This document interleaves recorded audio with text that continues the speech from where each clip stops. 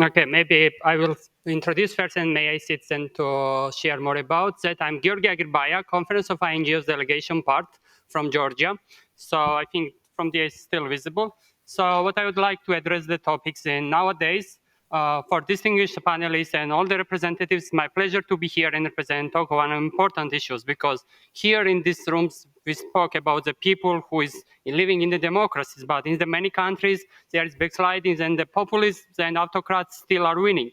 And after having these authoritarian regimes in the Georgian power in many countries, which still like it doesn't change for last 15 years, that how we can remain and resist and that believing those people believe in the free and fair elections of celebration of true participation and representation. Yeah.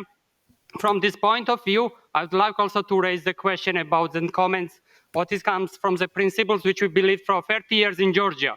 So we believed in the democracy in free and fair election and principles, but recently it got shaken.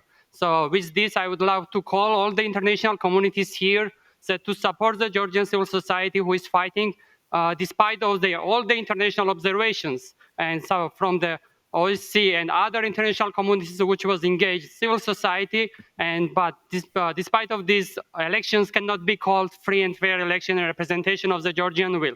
So this will be a very strong message for the Georgian people and society who strains resistance and fighting against the authoritarianism under the foreign agent law which was recently adopted by the Russian style. So with this, I would like once again to remain and how we can resist and believe in the democratic principles in Georgia and in the countries of like Belarus, Serbia, in the Asian or other countries, Africa, the people and powers doesn't change despite of doing a lot of programs, a lot of capacity activities, and how we can practice the winning in the countries of populists and autocrats by the programs which really make actions, practice democracy, and under the undermining that non-negotiable is the neglecting the regulations of the free and fair principles of elections. Thank you very much.